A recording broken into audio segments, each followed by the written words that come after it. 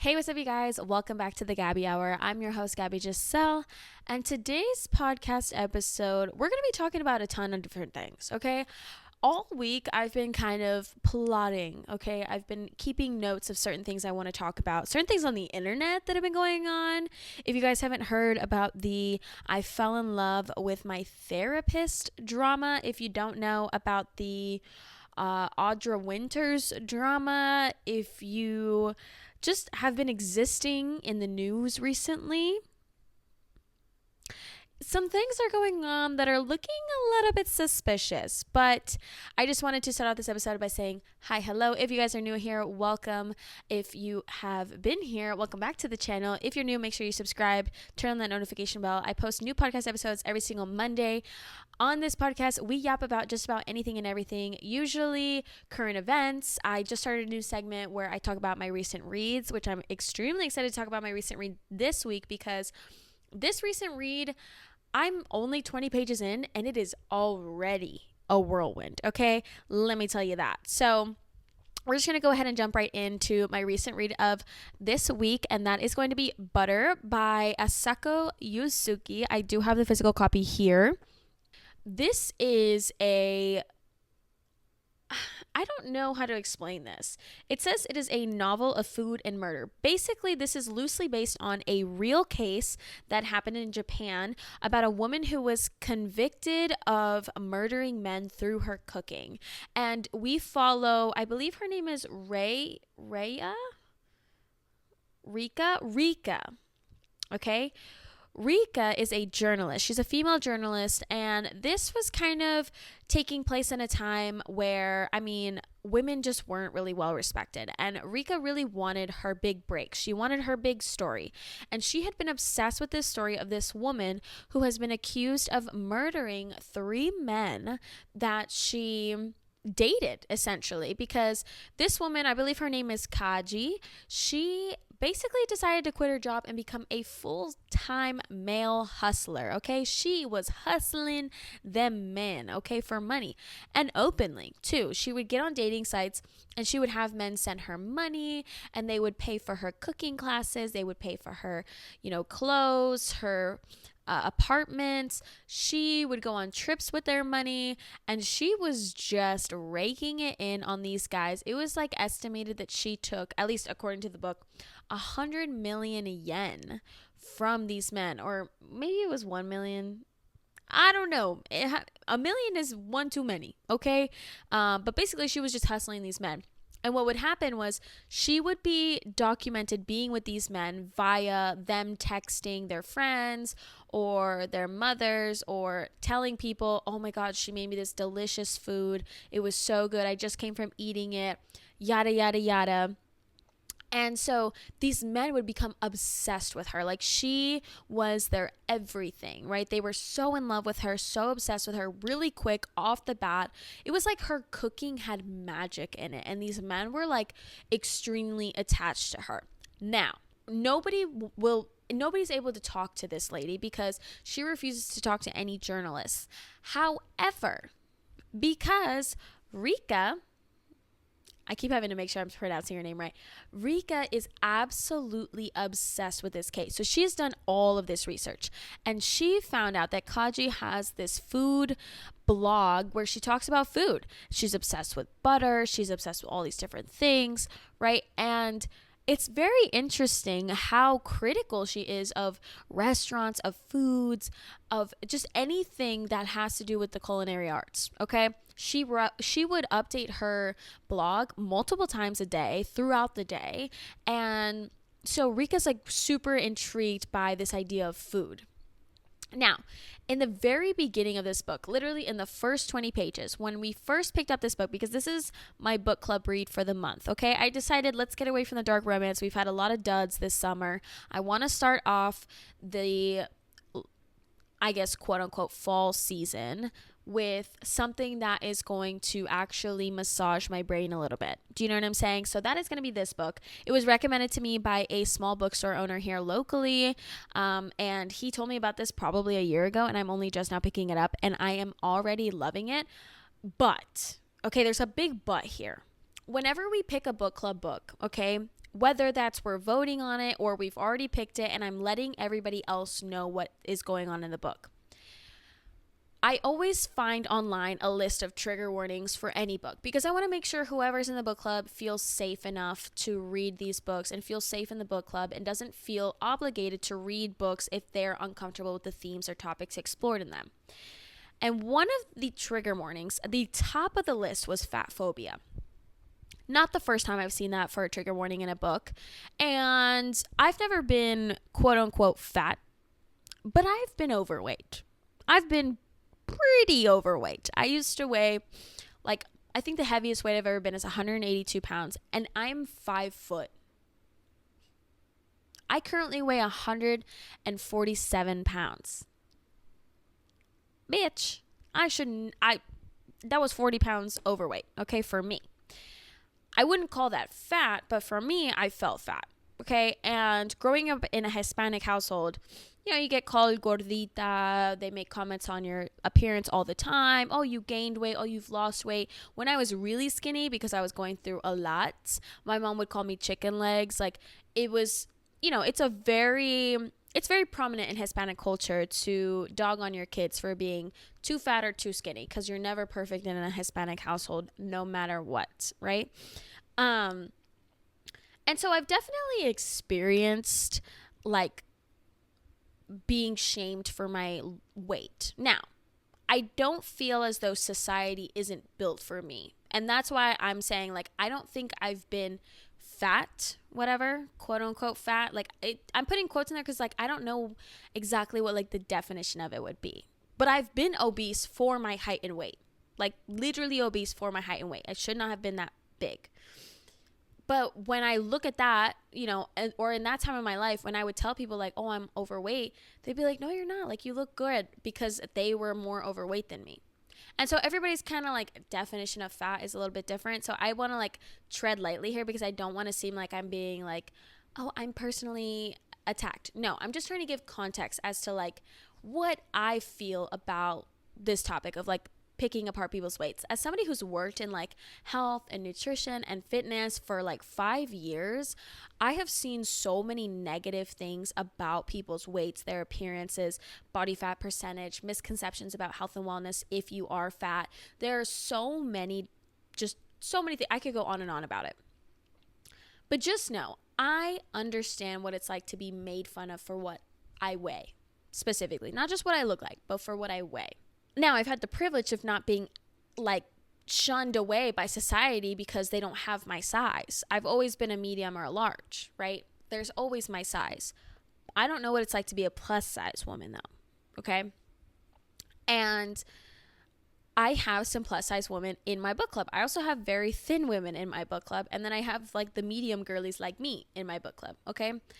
And I was a little bit concerned about bringing this book. However, everybody in the book club was like, oh my God, yeah, I've heard of this book. It's been, like, on my TBR, right? So I was like, okay, cool.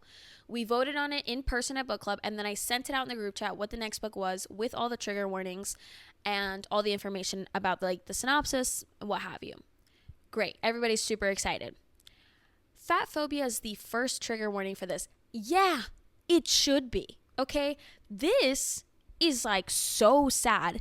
And the fact that it is based off of, like, something that actually happened is insane. Like, I would love to see the parallels and compare what is similar and what is true from this story to the actual story. Because, again, this is loosely based off of a real case that happened in Japan.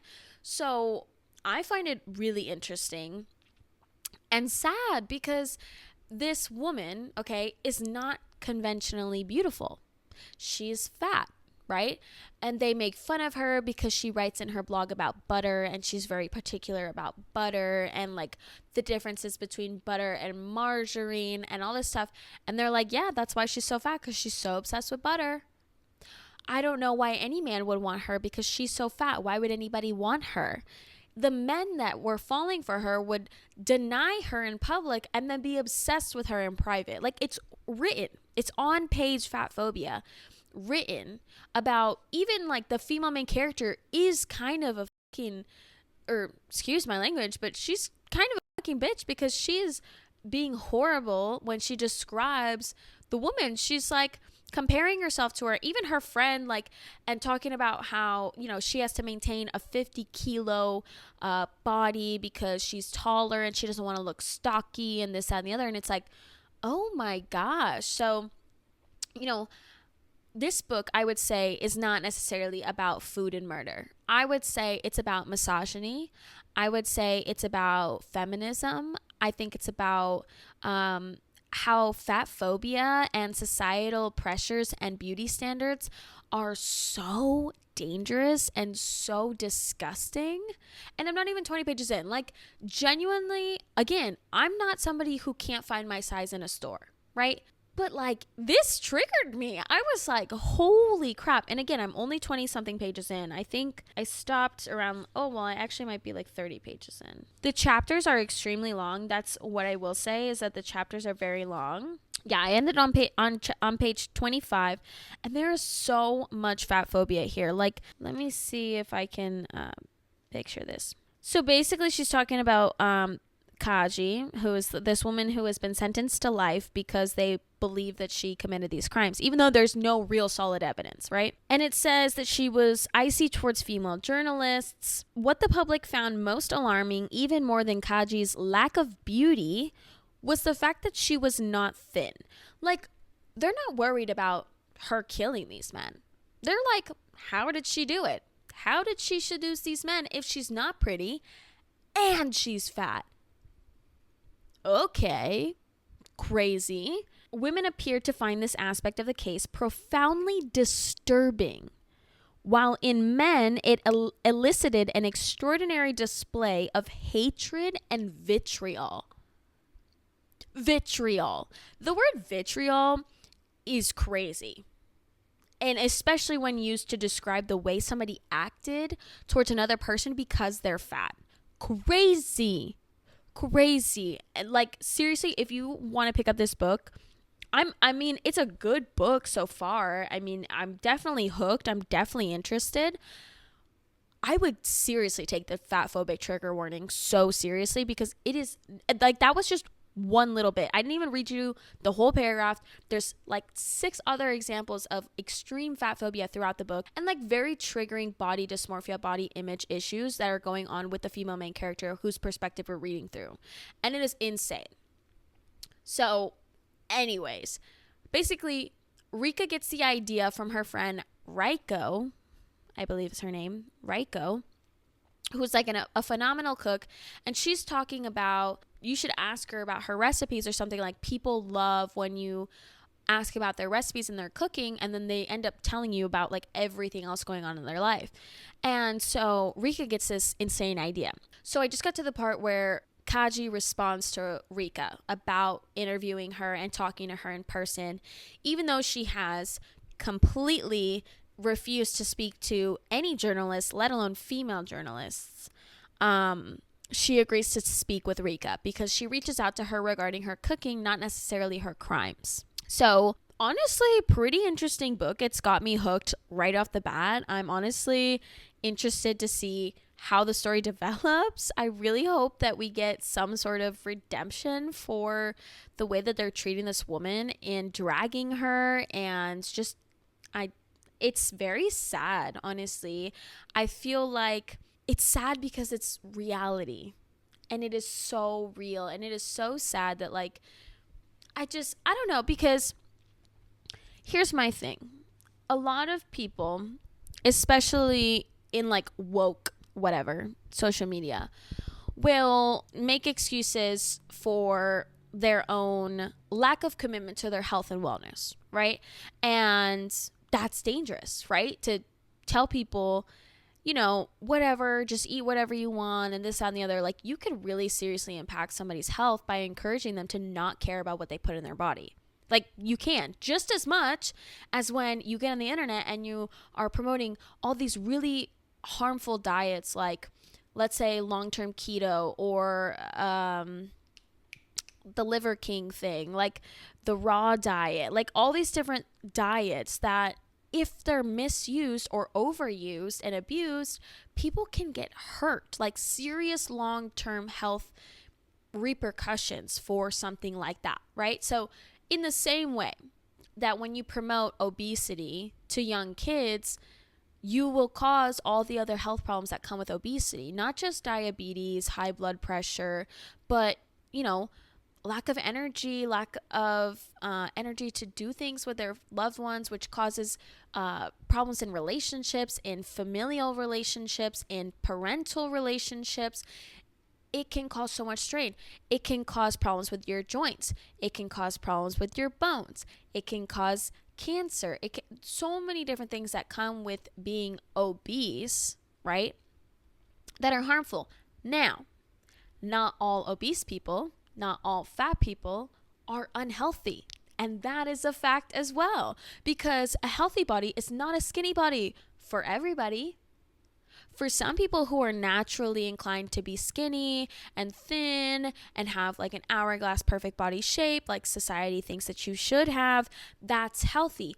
Not for everybody, right? Like, you can be healthy and be a size large, a size extra large, a plus size, as long as you are healthy, right? Like, the outside doesn't mean that the inside, it's not a direct reflection of the inside. Always. Sometimes, but not always, and not for everybody. And so I feel like, as somebody who has seen so much in like the health and wellness industry, fat shaming and just like tearing people down, I find it disgusting, because it's counterproductive, and you're doing worse to that person than they're doing to themselves. Like, you are just pushing people into a corner and treating them like garbage. Why? Because you think you're better than them? Because you fit a beauty standard that they don't? That's a made up beauty standard, bro. It's made up. Get over yourself. I just feel like it's so harmful, and I'm interested to see how they explore that theme throughout the book. And I hope that they do. I hope that it's not just like fat phobia for the sake of fat phobia. Like, I hope that there's a purpose in the story. Like, there is a lesson to be learned. I don't know. I really hope that everything works out, because I feel bad for Kaji. She's just getting shat on for being a big girl. Hey, leave my girl alone. Leave my murdering friend alone. But so far, there's no real evidence that correlates to her being the one who unalived her ex-boyfriends. Because the thing is all of her boyfriends died of different causes. So they haven't like all died of food poisoning. One of them, I believe, like jumped in front of a train. The other one, I forget, but they've all, passed away from different reasons. But I think it's insane. And I feel like she's just the perfect villain, because she's ugly and fat and doesn't match society's standards of beauty. So I don't know. It's a very interesting book so far, and I just wanted to tell you guys about it, even though I haven't finished it yet. I will let you guys know once I finish it, which will probably be in about 2 weeks, because this Sunday we'll be meeting for halfway, so I'm not supposed to finish it yet.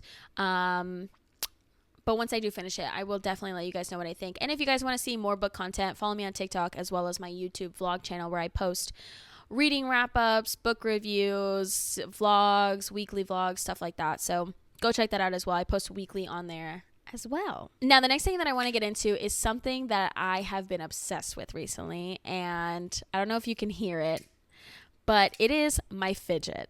Okay, I bought one of these because my friend Madison, you guys would know her from the I'm Never Going Out Again episode, where I talk about my nights out, partying, whatever.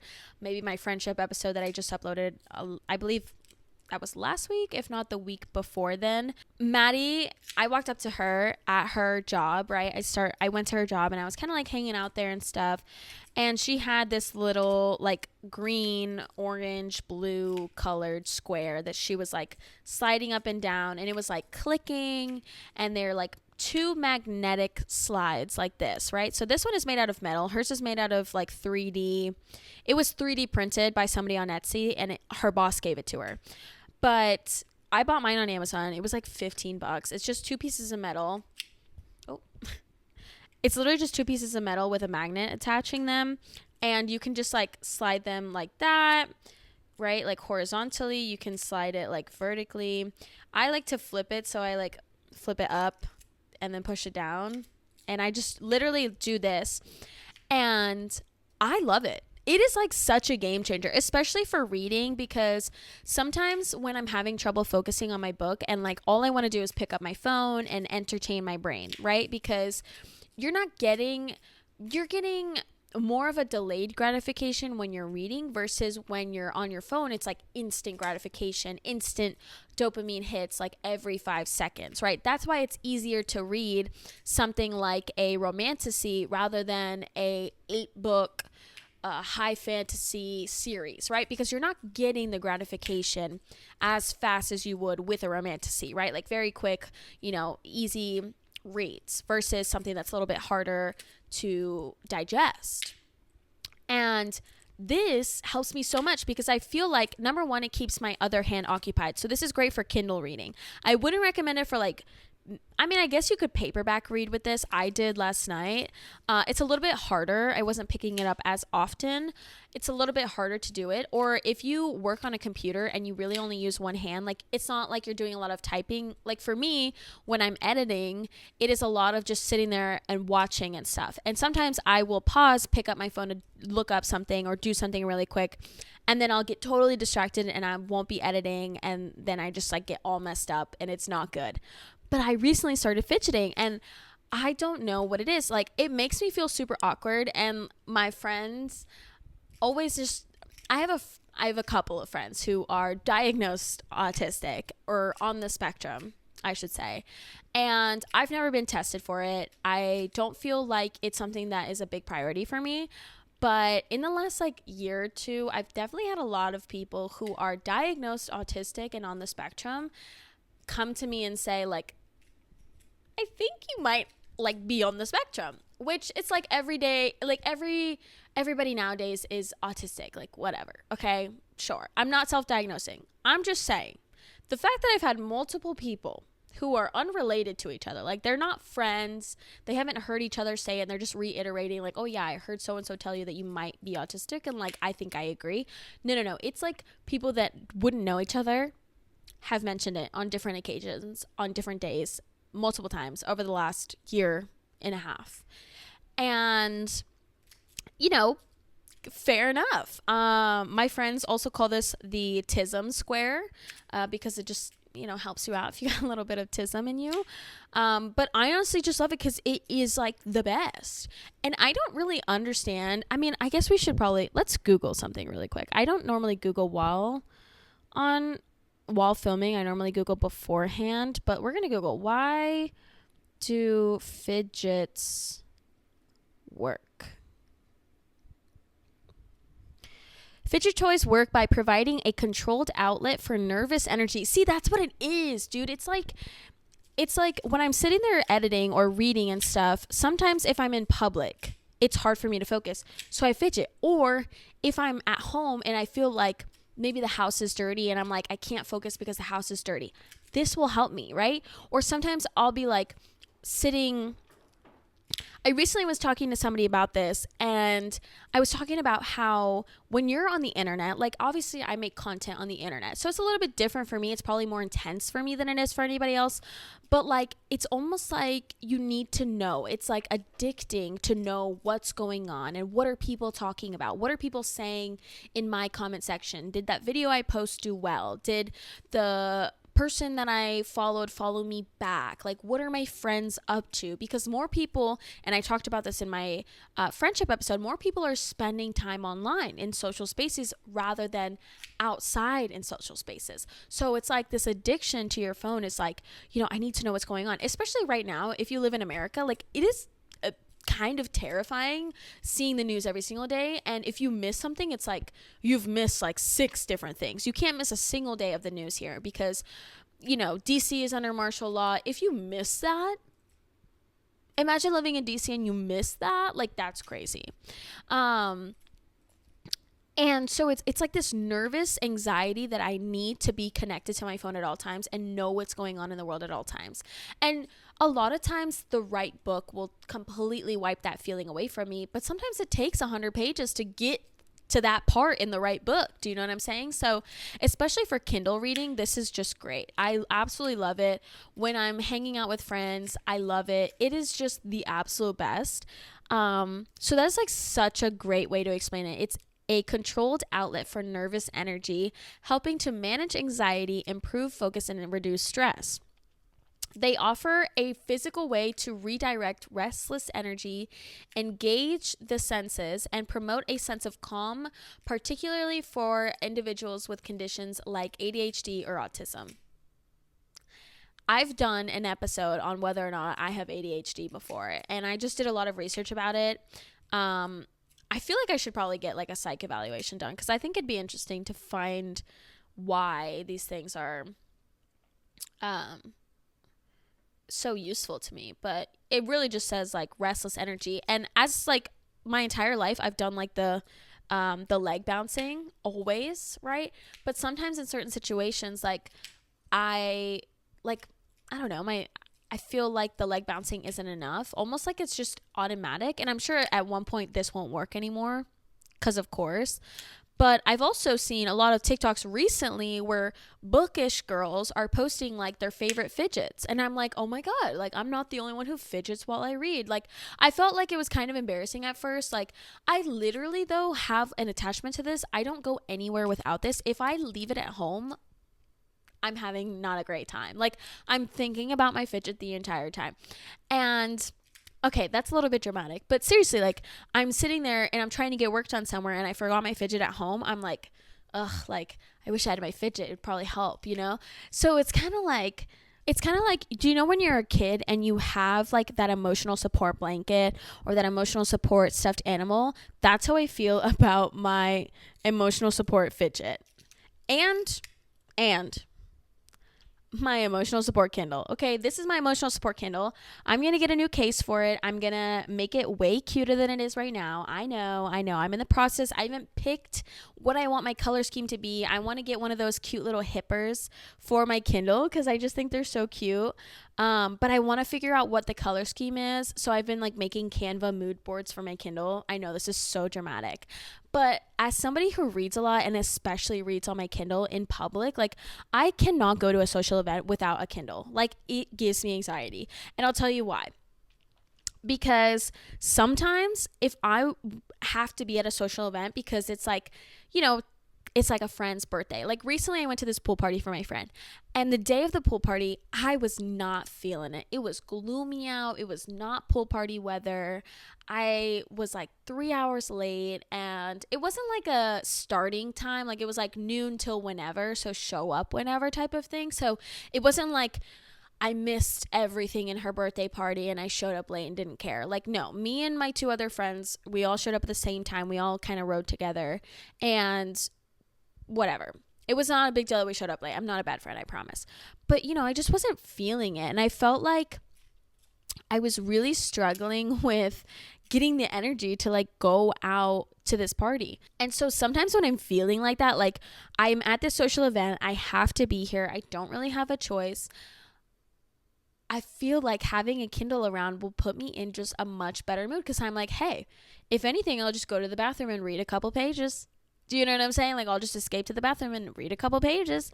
If I can sit in the corner while nobody's talking to me and read a couple pages, especially something like a pool party. Like, I'm the kind of friend, when you invite me to a pool party, I'm not like taking shots and playing beer pong and drinking and dancing and shit. Like, I'll dance, but if it's a pool party, I'm sitting by the pool.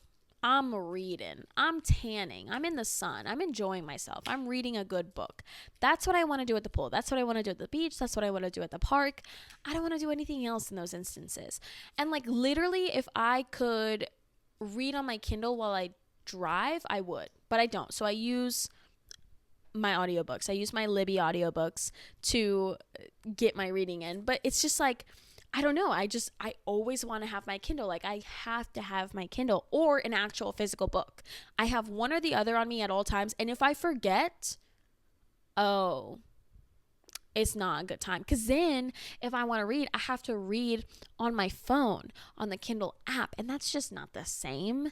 It's not the same. Did I used to do it back when Wattpad was like my favorite place to get books? Yeah, I did. I've grown out of it. Now I got a Kindle. And it's just like, it's so funny because I was at this pool party And I was standing there with my friend Maddie and then her friend Natalia. And like, I know Natalia kind of just in passing, like we're not close or anything. We haven't like had the opportunity to be close or anything. But I was like, man, I forgot my Kindle. And my friend Maddie was like, what? And Natalia was like, I brought mine. And I was like, oh, you're a Kindle girly. She's like, yes, I just started reading. Like, I just started reading again like a while ago, and I'm enjoying it so much. And I just read this, and we started talking about books. And I was like, oh my God, this is amazing.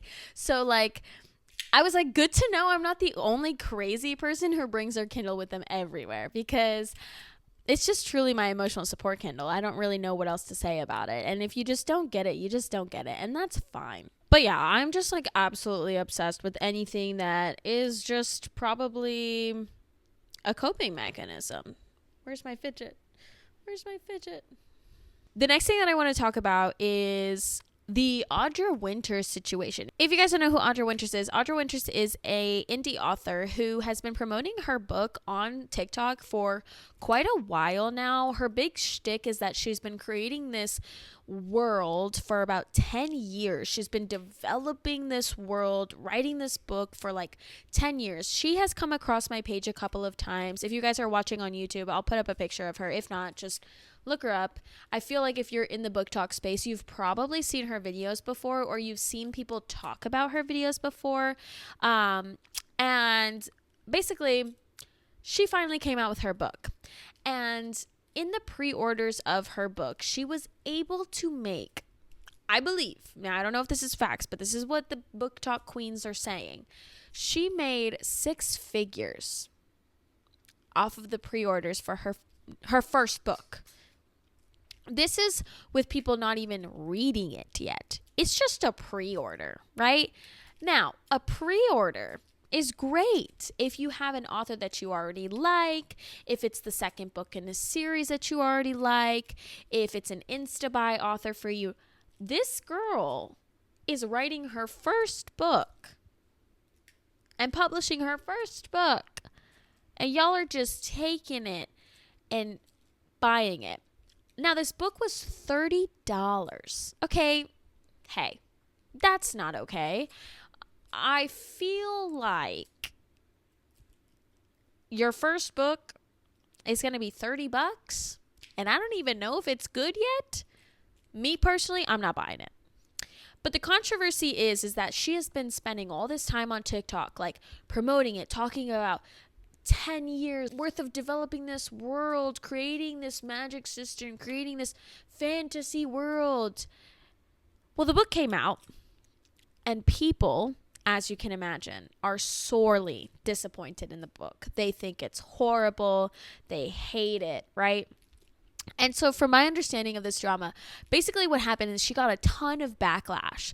And her first step was to pedal back, because a lot of people got the Kindle version first, right? So they got the ebook first.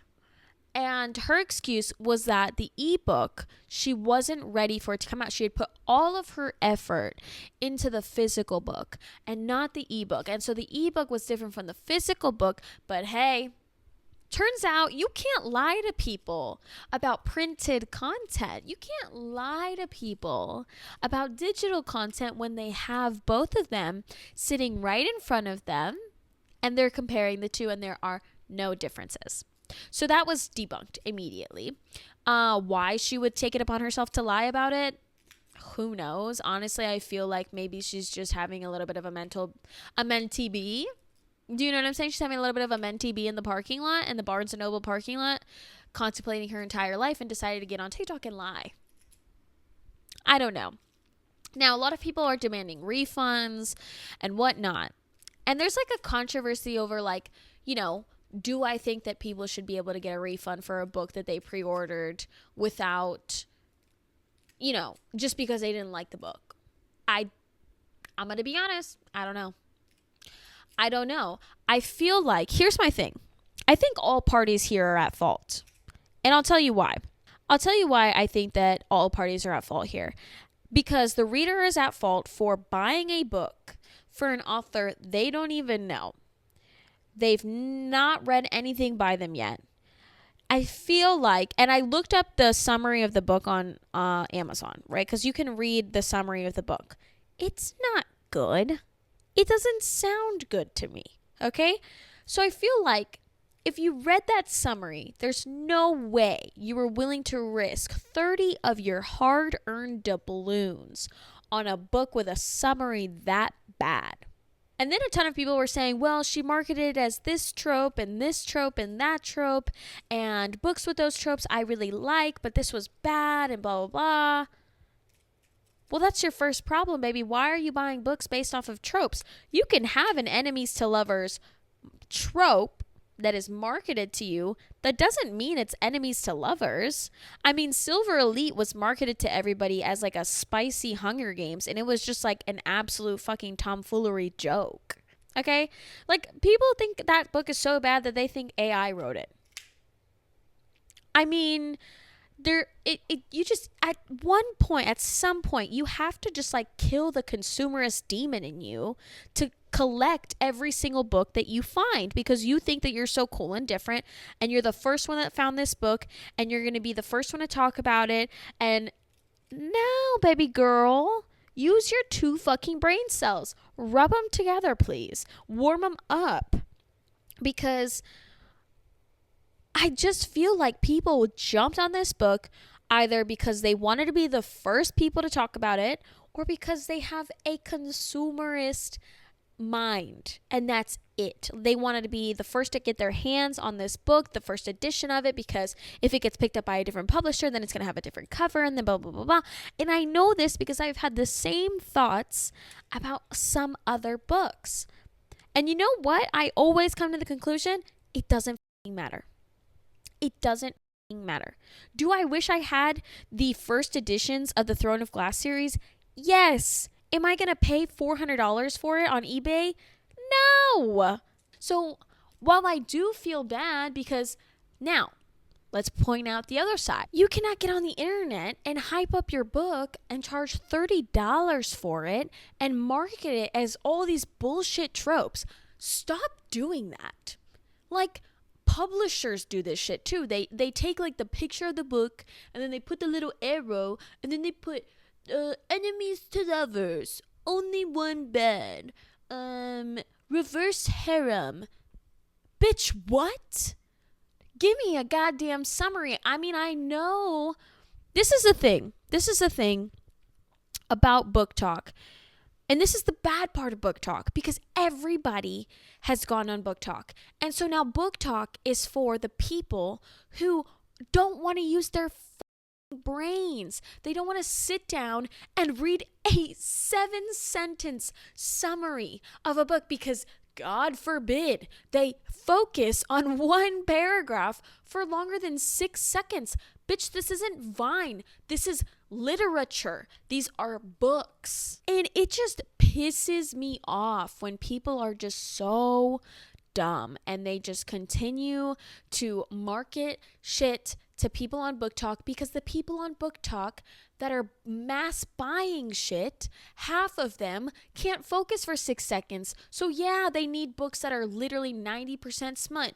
Yeah, they need books that have like all vibes and no plot, because they cannot think for themselves. And that's the worst part of Booktok. I'll be the first one to say it. Stop marketing towards idiots. Just saying. If your customer for the book you're selling needs a little arrow with like 2 words to describe certain aspects of the character relationships in the book, then maybe they shouldn't be buying books. Maybe they should start with children's books. Maybe they should start with 1 fish, 2 fish, red fish, blue fish. And if they can't read a little Dr. Seuss book in one sitting, maybe they shouldn't be allowed to buy books. I mean, I'm joking, but like, I'm not. Like, what are we doing? Why are we sitting here marketing literature as tropes? Bitch, be so for real. I'm sick of y'all. I'm sick of y'all. Okay? And like, I get it. Okay? It's easy to be like, this is enemies to lovers. This is sapphic. This is dark romance. Like, I get it. It's so easy to market that way, but it is so dumb. It is so dumb. And I just feel like this is just going to continue to happen. And sometimes it's hard though, because with indie authors, I do understand that like they're not at Barnes. It's like if you want to read, for example, Fourth Wing, you can go to Barnes and read the first 50 pages of Fourth Wing at the Starbucks that's there, at the cafe, or any of the chairs that they have there for reading, and see if you like it first before you spend $20 on a book. Bitch, I know you're not out here charging people $30 for a book they can't even get the first 50 pages of to see if they know it's good or not. I don't know. I also think it's crazy that people are surprised. Here's my thing. It's like ordering something on the menu you've never had. You're taking a gander. Okay? You're taking a gander to order the fucking steak and potatoes if you've never had steak and potatoes. You can't get mad when the steak and potatoes taste like shit because nobody recommended it to you. Nobody told you it was good. Nobody else has ever tried it before. And you went to a restaurant that none of your friends have recommended to you. None of the staff have eaten the food. And you ordered a steak and potatoes and it tasted like shit. And you can't be mad. You can't be mad. Now, it's a little bit different because it wasn't like steak and potatoes was just on the menu. This was like the owner of the restaurant being at the front of the restaurant being like, you have to try the steak and potatoes. They're amazing. It's amazing. Promise. It's like the best book in the entire world. It's the best meal you'll ever have. It's delicious. It's got this much flavor. It's cooked with this sauce and it's got this special glaze. Like, you can really sell it up as the owner of a restaurant. And when you underdeliver, hey, you can't be mad when you have screaming customers, when you have a bunch of people who want food taken off of their bill because it tasted like shit and you told them that it was going to be delicious. Hello? And then there was this other thing where she was saying that the editor that she used for this book was the same person who edited the Hunger Games. I don't even know if that's true, but like, bitch, how about y'all stop trying to use Hunger Games in your marketing? It's the same fucking shit that Danny Francis did with Silver Elite. Bitch, we don't even know who Danny Francis is still. And we just moved on. Danny Francis, AI.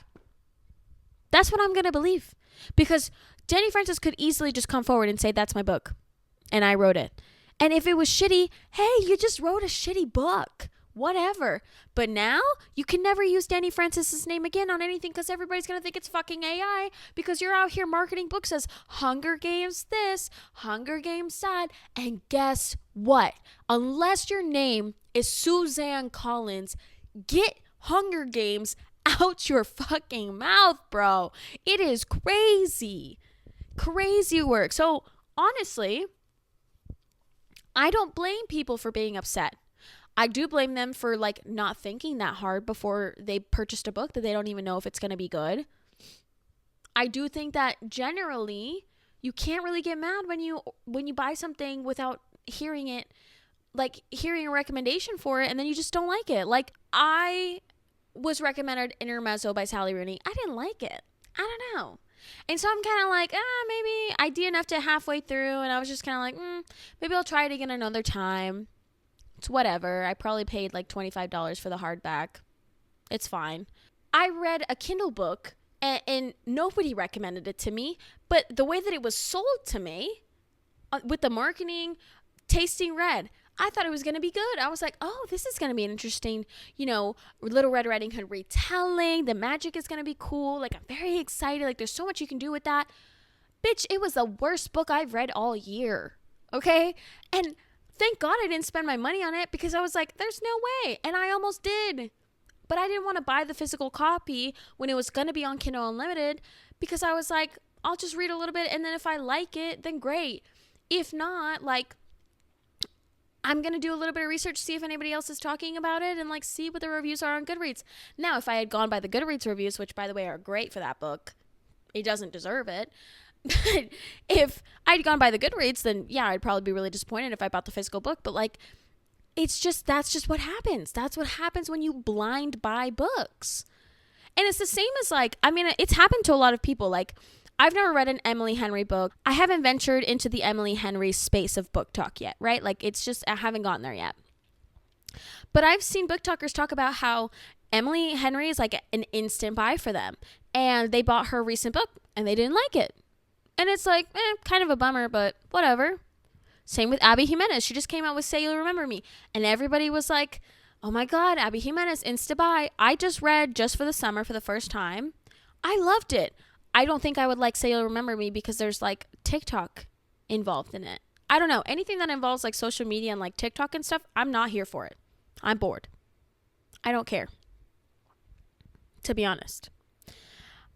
I don't know. The whole situation is very hard because I think that if I was Audra Winters and everybody read my book and hated it and it started blowing up, like people were talking more about how much they hated my book than about how excited they were for it to come out, I would just shut the fuck up. I would just shut up for a little bit. I would let people sit on it for like 2 weeks. I wouldn't say anything, right? Or maybe I'd like post a little black screen and be like, hey guys, I've been seeing a lot of feedback. I am working to figure out how I can make sure you guys are happy. I'll be in touch soon. And I would just give it a week. Because honestly, sometimes just a couple of videos going viral will just create this like fake thought process that the book is bad. And I haven't read it. And maybe people have, and they liked it. Half of the people who bought the book could have liked it, but because 3 booktalkers with over 20,000 followers decided to take to the internet and say that they hated this book and that it was marketed horribly because it wasn't fucking good, that could have all just been swept under the rug. Imagine. But no. Then she doubled down and lied. And it's like, that's just, you shouldn't have done that. And then I would have waited like a week or so and I would have been like, hey, if you guys are wanting a refund for the physical copy of the book, this is the options. If you want a refund for the ebook, this is the options. Like, I would have figured out a solution because it's the same as like when you return a book on Amazon. Like, you just return that shit. It doesn't matter. You just return that. Take it to the little Whole Foods fucking stand. They put it in a bag, bitch. They ship that bitch out. And Amazon does not care if it gets damaged on the way because it's fucking Amazon. Hello?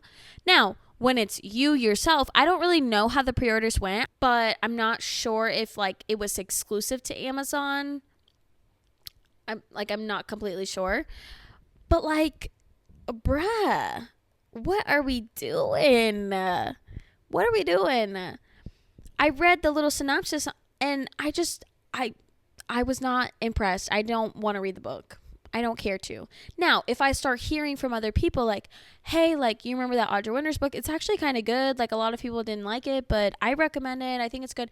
And they're book talkers that I trust their opinion. We have, a lot of the same taste. They always kind of introduce me to new books that I've not read before. Like, great. I probably will take their advice. Like, there are very few creators on here whose book advice I will take to heart. Sarah Caroli, number 1, and number 2, Newly Nova or Lexi. Okay. The 2 people that I will take book advice from that I think that anything that they recommend, I would enjoy. Because I feel like we have similar book tastes. And I don't know. It's one of those things where you're just like, dude, if anybody involved would have just thought for 5 fucking seconds, this could have all been avoided. Truly could have all been avoided. Now, I want to talk about this other situation that's been going viral on TikTok recently involving the I fell in love with my therapist girl. Okay, if you don't know, this is a girl who started like a 20-part series where she's talking about how during the pandemic, she was, or like in 2021 or something like that, she decided to start seeing a psychiatrist to get on meds for her ADHD because she had done a lot of research, and after being off of meds, she realized how important it was to be on meds for her ADHD. So she got back on meds for her ADHD. Great. She's seeing a telehealth psychiatrist. It's a man. He's apparently very attractive and whatnot. And she's basically talking about how he would like pay attention to her and listen to her and compliment her and say this and that, and would just do all these little things to like let her know or like give her extra special attention. And he would spend a lot of time in their sessions talking about her and her life and whatnot. And like literally at one point, all he had to do was just like sign off on her getting her meds, right? Like, and making sure that the dosage is good. Like, great. Now, a psychiatrist is different from a therapist. So I don't know why the fuck she was using him as a therapist. But like, here's my thing. Girl, get up. That is going to be like one of the things that I need women today to get in their fucking skulls. I know it is hard to find a man who will listen to you, but my God. You have to go for a man that bills hours to your insurance company, baby. Ain't no dick worth it. I'm sorry. And I have a good man. I would not be begging no man for attention like that. That is crazy, right? Even if you find him attractive, okay? There's been times like when I was in high school. Well, actually, maybe not even in high school. I don't know. I'm trying to think. I don't think there was any hot teachers, but like, let's say if there was like a hot teacher when I was in college, okay? Found him attractive. I didn't go to college, but if I did, this happens a lot, right? Like a hot college professor, he's older, blah, blah, blah, blah, whatever. Bitch, okay, then have a crush on him and move on. Be delusional up here and move on. Like, what does that have to do with you? Like, why are we continuing to do the same shit? Like, why? I would love to know why. Like, I'm not trying not to be a hater, but damn, you make it real hard. You're making it real hard, Miss Girl. And I just feel like some women are so like touch starved and like emotionally depraved that they are clinging to men who are not even options. They're listening to you talk. They're asking you how your day is going. Hey, Miss Mama, that's the bare fucking minimum. I don't know if you knew this, but that's human fucking decency. And she goes on about how her therapist was in on it. And like, she speculates that her therapist is in on it because like her therapist was like, oh, like, how does your psychiatrist feel about this? And like, it just kind of seemed honestly made up. A lot of people were saying like, this isn't made up. Like, clearly she's like having psychosis or something. But it's just like, I don't understand the thought process. I'm sorry. I think I just hate men a little bit too much, because you wouldn't catch me dead begging a man for attention like that. That is embarrassing. Get up, Miss Boots. Get the fuck up, Miss Mama. You look dumb down there. Get up. Because you have got to be kidding me. You have got to be kidding me. I love women. But some women are so touch-starved and touch-depraved. Girl, read a book. Read a romance novel. Watch movies if you have to. And you know what kind of movies I'm talking about. Like, if that's what you have to do, get you a rose. I just got a rose from my friend for her 21st birthday. Yeah, Miss Girl. That's a female essential right there. Hello? If you're single and you don't have a rose or anything, you're going to be touch starved. And that is the result of being touch starved and like emotionally depraved, romantically depraved. You are starving for attention from men so deeply that your literal paid professional who bills hours to your insurance that you pay for out of either your paycheck or you pay for every single month out of your own pocket. Bitch, get up, Miss Mama. That's honestly all I have to say about the situation, is just get up. Get up. What are we doing? What are we doing, Miss Girl? Ugh. And you know what? That's gonna be my yuck for this week. My yuck for this week is women who are begging men for the absolute bare minimum. Women who are on their knees for the crumbs that men give them. Oh, you're begging a man to love you. And here's the thing. I have a neighbor, and we hear them fight all the time. And like, you can't always hear perfect words. Sometimes I be nosy. But the other day I was just sitting there doing my skincare, minding my own freaking business, and I hear this girl, he's saying he doesn't love me anymore, he doesn't want me anymore. Okay, so leave. Leave, Mitz Boots. A man says he don't want you anymore. A man looks you dead in the eyes and tells you to get out of his house. Get out of his house. I don't care. I would rather sleep in my car. Okay? I would rather sleep in a homeless shelter. Okay? Than let a man make me look stupid begging for his attention. I'm sorry, ain't no man on this earth other than Jesus himself, Miss Girl. And I'm not even religious like that. Ain't no man other than Jesus or God or whoever you believe in is worth getting on your knees for. Not one of them. Not one of them. Get up. That's my yuck of this week. Women who need to get the fuck up, Miss Boots. Get up. So yeah, that's like my take on the I fell in love with my psychiatrist girl. Get up. Get up. And that is in fact going to stay my my yuck of this week. It's just like, I don't know. I just feel like I was talking to somebody. Actually, no, I was listening to a podcast. And there's this guy talking about how men, especially younger men, need to get their lust under wraps, right? Like, if you can learn to control your lustful urges as a young man, like, you can, like, that is a lot of, it takes a lot of control, especially as a young man, because, like, as a young man, like, young men, have you met young men? They have problems. And I feel like the same applies for women. Do you know what I'm saying? Like, having the control over it, and not necessarily like hiding it and like shoving it into a box, and or, you know, not having any sort of like real liberation, like as a woman. I feel like it's really important to have that sort of like, you know, you feel safe to be sexually open and active and talk about it, right? It's healthy. But I think when you are so, it's like for women, it's not even lust. It's like the idea of like the perfect man, and like the idea of like the perfect relationship and the perfect marriage and the perfect this.